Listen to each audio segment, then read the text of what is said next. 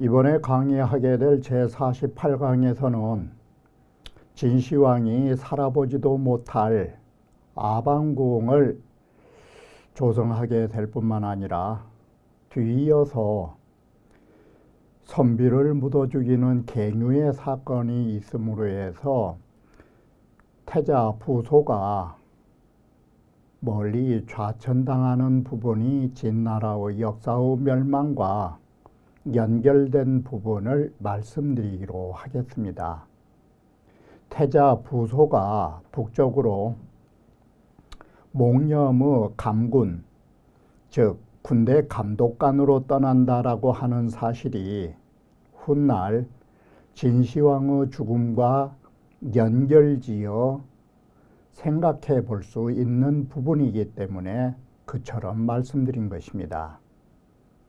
그러면 해당 부분에서 다시 자세히 말씀드리기로 하고 먼저 원문을 보면서 말씀드리기로 하겠습니다. 김이 35년이라 시황제 35년인데 자, 그러면 시황제 35년이라고 하는 것은 무엇을 의미하냐면 진시황이 천하를 통일한 지 10년이 되었음을 말해주는 것입니다.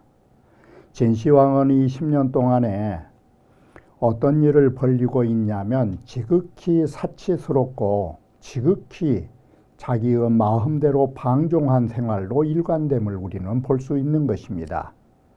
우리는 일찍이 만리장성을 쌓는 대토목공사를 일으킴과 동시에 이번에는 몽염을 시켜서 뭔 일을 하느냐, 몽염으로 하여금 직도를 다스리게 하되, 이 말은 뭔 말이냐면 요즘 고속도로도 요즘 날에 중장비로 동원하는 고속도로도 산길 따라 구불거리는 것인데 진시황을 뭘 시도했느냐, 직도라고 하는 것이 직선거리로 1800리의 곧은 고속도로를 바로 설치하게 이룬 것입니다. 이것은 오늘날에도 불가능한 것입니다. 그러한 대토목공사를 바로 몽염으로 하여금 일으키게 되는 것입니다. 자, 몽염으로 하여금 직도를 만들되, 자, 이 직도는 어디까지 해서 어디로 가느냐? 구원을 거쳐서 운양에 바로 이르러 가지고 바로 이 구원에서 운양까지 가는 길이 1800리라고 말하는 것입니다. 1800리의 길을 가려면 곧은 길을 만들어야 되니까 참산인곡을 하는 것입니다.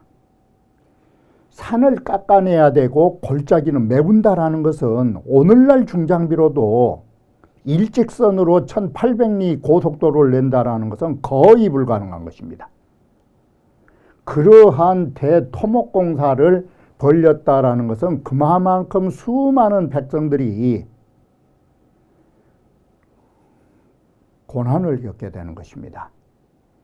바로 이러한 무모한 토목공사는 수년 불치러라 몇 년이 흘러도 이건 도저히 성공할 수 없는 일을 진시황은 이처럼 무모하게 벌린 것입니다.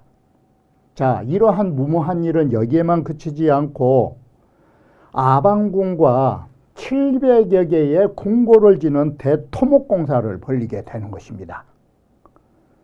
이것이 우리가 잘 알고 있는 소위 화려한 궁전의 대명사인 아방궁, 이건 역시도 대토목공사로서 수많은 사람들이 동원돼야 되고, 결과적으로 말하면 진시황은 이곳에서 살아보지도 못하고 황후에 의하여 불타게 되는 것이 이 비운의 건물이 아방궁인 것입니다.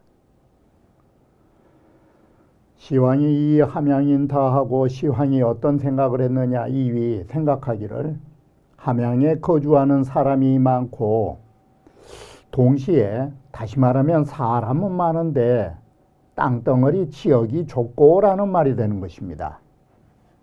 그리고 선왕의 궁전이 너무 왜소하다라고 하여 내 영작 조궁 위남상 임원중할세 이에 조궁을 조정과 궁궐을 위남 위 나무숲 사이에다가 영작 경영해서 이러한 것을 만들 적에 선작전전아방하니 먼저 앞에 전각인 아방궁을 만들었는데 그 크기가 자 예전 궁전이 적다라고 해서 어느 정도 확장을 했느냐 이게 클 때자예요. 한마디로 아방궁은 얼마만큼 크게 했느냐 동서로 500보요 남북으로 50장이라 이와 같이 큰 건물이기 때문에 그 위에는 가히 10,000명이 앉을 수 있고 아래에는 어찌나 건물을 높이 졌던지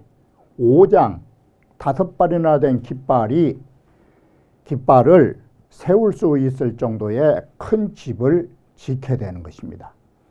이와 같이 직도 1800리나 아방궁의 이러한 대규모는 모두 다 대토목공사를 상징하는 것입니다. 자, 아방궁의 주변을 어떻게 했느냐?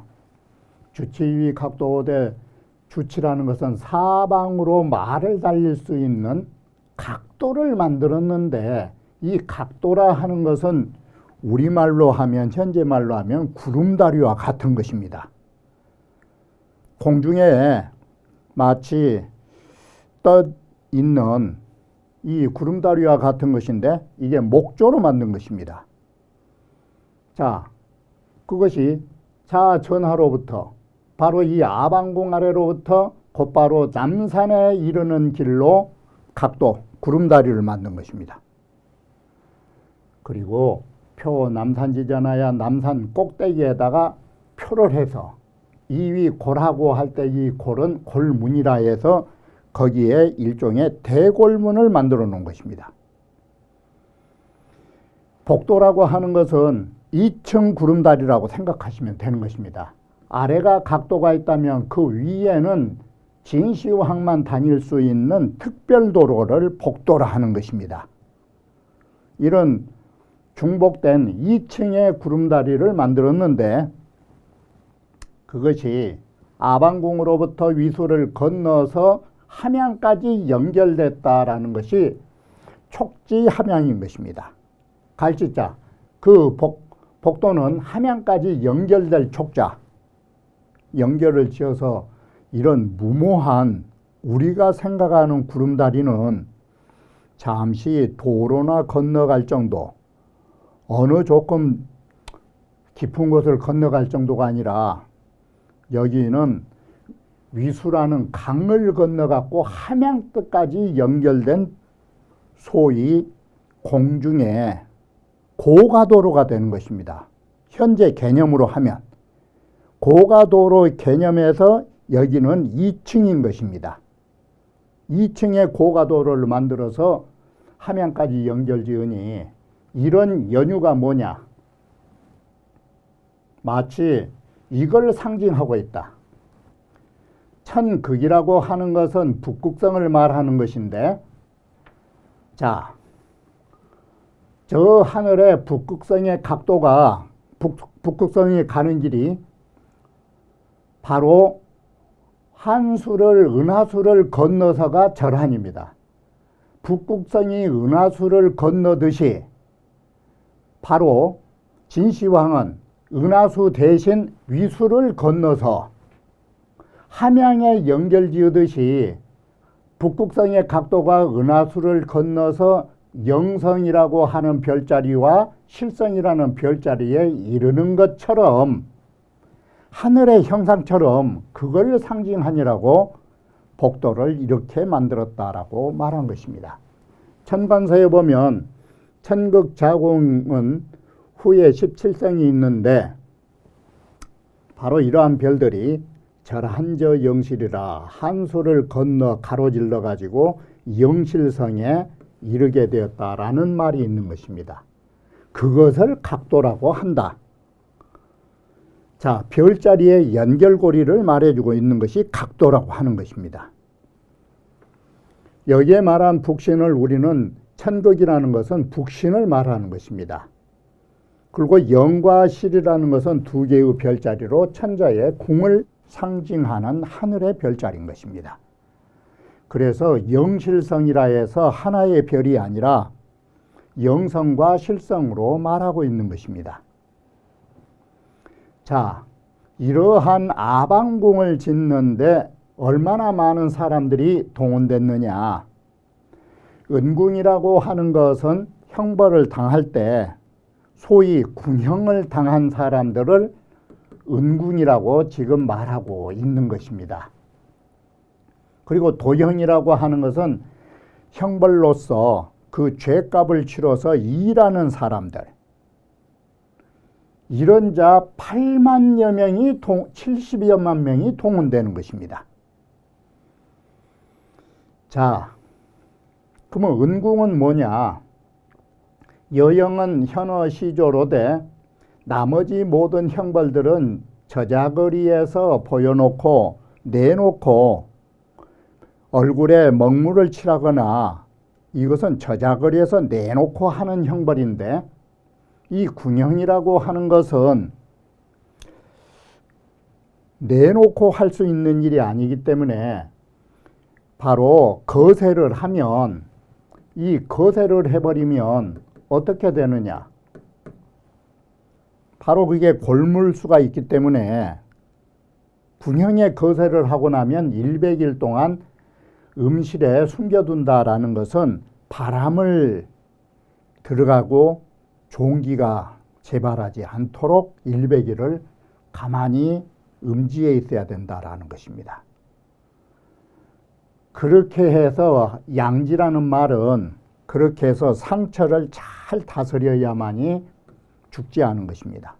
거세를 하고 바로 바람을 쐬거나 일을 하면 그건 죽는 것입니다.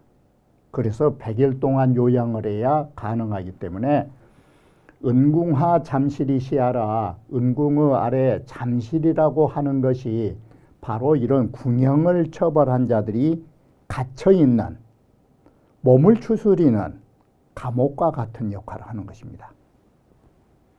도형이라 하는 것은 죄가 있어서 이미 형벌을 더하고 또다시 벌로서 그들을 작업을 시키는 것입니다. 쉽게 말하면 노역을 하는 것입니다.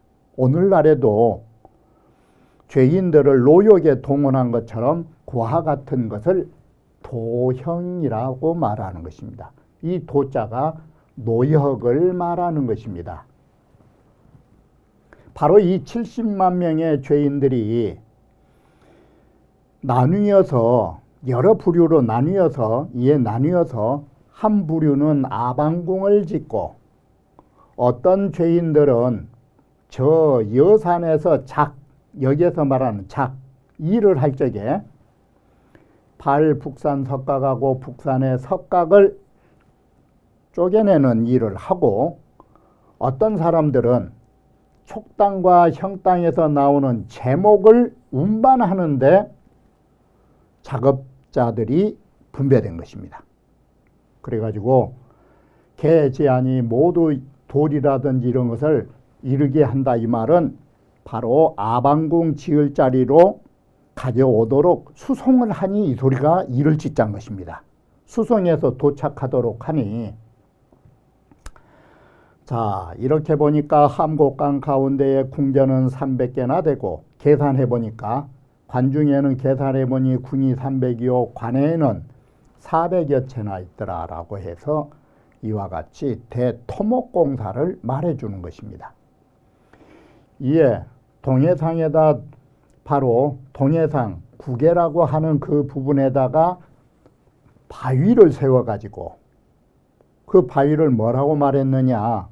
진나라 동문이라고 하였고, 인하여 삼만가를 바로 진시황 묘가 있는 여산의 고을로 다 이주시키고 옮길 사자가 한 번 더 새기면 또 5만가는 운양 땅으로 옮겨가지고 모두 세금을 면제하면서 10년 동안 바로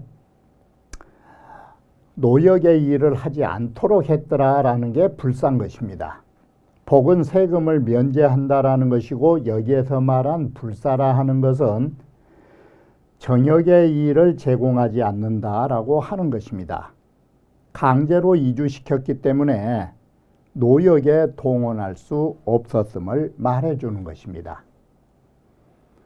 앞에서 보셨던 아방궁이라 하는 것은 우리 속담에 누에가 자기가 들어갈 고치를 지면 누에는 죽는 길로 가는 것입니다.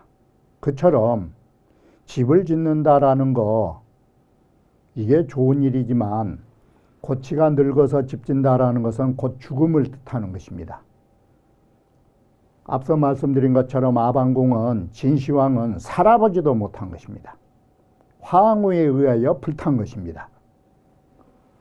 그래서 영사시 보면, 아방궁이라는 영사시를 보면 신축 아방병미건 새로, 신건 아방병미건 새로 건축한 아방궁의 벽체가 마르기도 전에 폐공병이입장아니라 폐공의 병사는 이미 장한으로 몰려들어왔더라라고 해서 진나라는 패망하고 말았다.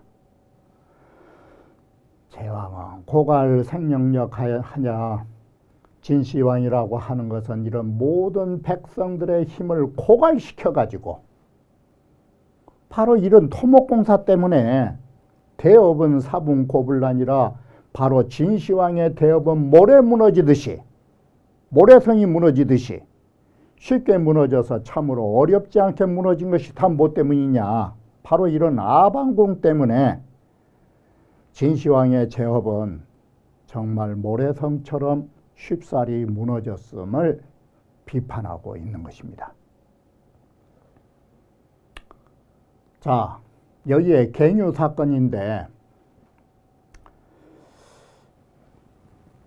선비를 묻는 것인데, 이렇게 선비를 함양 땅에서 바로 460여인이라는 선비를 함양 땅에서 묻어버릴 적에 태자 부소가 그래서는 안 된다라는 것을 간언드렸다가 도리어 북쪽으로 몽념의 군대를 감독하는, 소위 좌천당해버린 것입니다.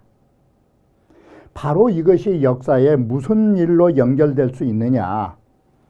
바로 이 선비를 묻어버리는, 소위 선비를 묻어버리는 일이 바로 2차로는 부소가 그 잘못을 간하게 되었고, 간한 것은 진시황의 비위를 건들림으로 해서 세 번째 감군 제외를 하게 된 것입니다.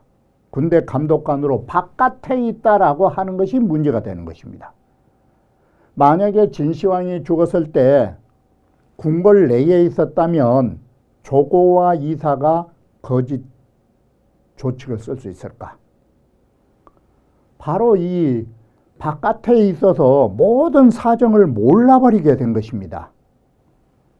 그러다 보니까 이렇게 밖에 있어가지고 전혀 사정을, 물정을 몰라버리니까 조고라는 이 내시가 조칙을 가짜로 만들게 된 것이고, 그래서 가짜로 만들어서 부소에게 죽음을 하사하게 되고, 그리고서 호해를 세우게 되고, 호해는 망국으로 이어지는 것입니다. 바로 이렇게 보면은 갱유라고 하는 일이 바로 진나라의 멸망까지로 연결되어지는 바로 이 불행의 씨를 갖고 있다라고 해도 과언이 아닌 것입니다. 갱유의 발단은 어디에서 시작했느냐? 후생과 노생이 상여 기시양하고 서로 두 사람이 함께 진시황을 비난을 한 것입니다. 그리고 가만히 있었으면 두 사람만 죽는 것인데 후생과 노생이 이 일로 인해서 도망가 버린 것입니다.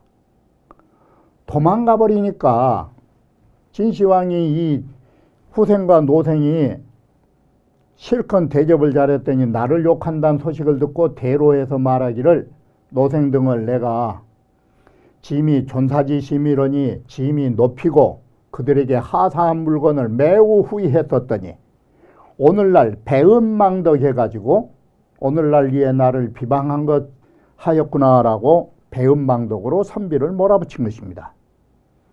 그리고서 후생과 노생은 도망가 버렸고 나머지 후생과 여생의 진시황 비난하는 소리를 들었던 사람들로서 함양에 있는 사람들, 여기에서 말한 재생이란 바로 선비를 말하는 것입니다. 그 나머지 많은 선비들로서 함양에 있는 자들을 오사이 문제오니 내가 사람 시켜서 염탐에 물어보니까 이놈들이 이 선비라는 자들이 혹자는 요원을 하면서 이 백성들을 혼란시키고 있더라. 이렇게 진시황이 선비들을 난중의 괴수, 백성들을 현혹시키는 혹세무민자로 갖다 몰아붙인 것입니다. 선비는 혹세무민한 거라고. 그리고서 이에 진시황이 바로 어사로 하여금 설 안문재생하니 모조리 재생이라지만 선비유자 모든 선비들을 잡아다가 국문을 한 것이 안문인 것입니다. 사람은 몽둥이 앞에 장사 없듯이 선비들이 국문을 감당할 수가 없으니까 모든 선비들이 전상고인이라고 하는 것이 서로 고발해갖고 끌어들였다라는 것이 다른 게 아니라 갑이란 사람은 을을 끌어들이고 을이란 사람은 다시 병을 끌어들이고 연결해서 나는 누구한테 들었고 누구한테 들었다는 사람 잡아오면 그 사람은 또 누구한테 들었다고 해가지고 연결을 하면서 이에 스스로 자기는 벗어나려고 하니 이게 벗어나지느냐. 범금자 460여인이라 이 그 많은 법의 범한 자가 460인이라는 선비였다. 460명의 선비를 모조리 함양 땅에서 묻어서 죽였다라고 말한 것입니다. 바로 이렇게 선비를 죽인 이유가 뭐냐. 이 모든 천하의 사람으로 하여금 이런 사실을 알려가지고 훗날을 징계하려고 하는데 목적이 있는 것입니다. 이게. 그래서 앞으로 진시황을 욕하는 자는 이렇게 생매장을 해버리겠다라는 사람들에게 위협을 가한 것입니다. 그리고 이 발적 북변하다 더욱더 이것을 밝혀내고 사람들을 귀양을 보내가지고 저 북쪽으로까지 이주를 시켜버리는 선비들을 생매장한 데에서 그치질 않고 사실은 북쪽으로 선비들이 이주 대상까지 되게 되는 것입니다.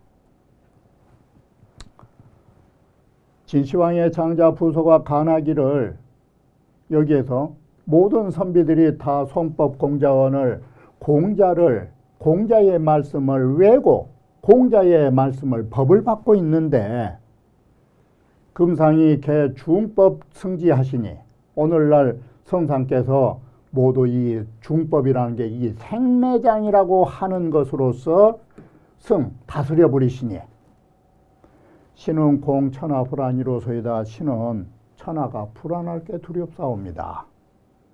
그러자 아들이라도 애비말을 거역했다라고 하는 데에 진시황은 노여한 것입니다. 제 아들이고 태자임에도.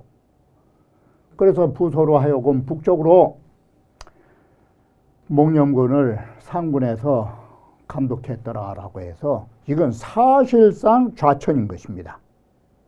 이렇게 해서 태자 부소를 함양 조정에서 내보내버린 것입니다. 이것이 호해가 설 수밖에 없었던 발단이 되는 것입니다. 사력 사평에 보면 여릉유씨가 말하기를 진나라가 망하게 된 것은 어디에서 시작했느냐. 바로 이립, 여기에서 시작다. 여기를 세웠기 때문이다. 소자 호해를 세운 데에서 멸망의 원인은 찾은 것입니다. 그런데 호해가 이렇게 소위 등립은 호해가 이처럼 설 수 있었던 바는 장자인 부소가 밖에 있었기 때문에 가능했다. 태자 부소가 이렇게 밖에 쫓겨나게 된 이유는 다른 게 아니다. 갱유, 선비의 생매장을 간언하다가 이 꼴이 당한 것이다. 그렇다면 이러한 사실로 미뤄보면 앞서 말씀드린 것처럼 그렇다면 진나라가 멸망한 화근은 어디에서 시작했느냐? 갱유로부터 시작한 거예요. 갱유로부터 시작하고 태자 부소가 간하고 간한 것이 바깥으로 쫓겨나게 되고 그렇게 해서 태자 부소가 호해가 선 것이에요. 천도여 소소원저 하늘의 도는 또한 참 분명하다 할 것이다 라고 해서 이렇게 많은 선비들을 죽이는 죄가 하늘로부터 엄한 견책임을 여기서 말해주고 있는 것입니다. 자, 이렇게 보면 진시황의 진나라가 멸망했다라는 거, 이것은 천벌에 의하여 진나라의 멸망을 자초할 그와 같은 흉악하고 무도한 사치와 방종의 극에 달한 모든 잘못들이 결국은 진나라의 멸망으로 이어지게 됨을 총체적으로 말하고 있는 것입니다. 그러면 이번 강의는 여기에서 마치겠습니다. 그리고 다음 강의에 이어서 말씀드리기로 하겠습니다.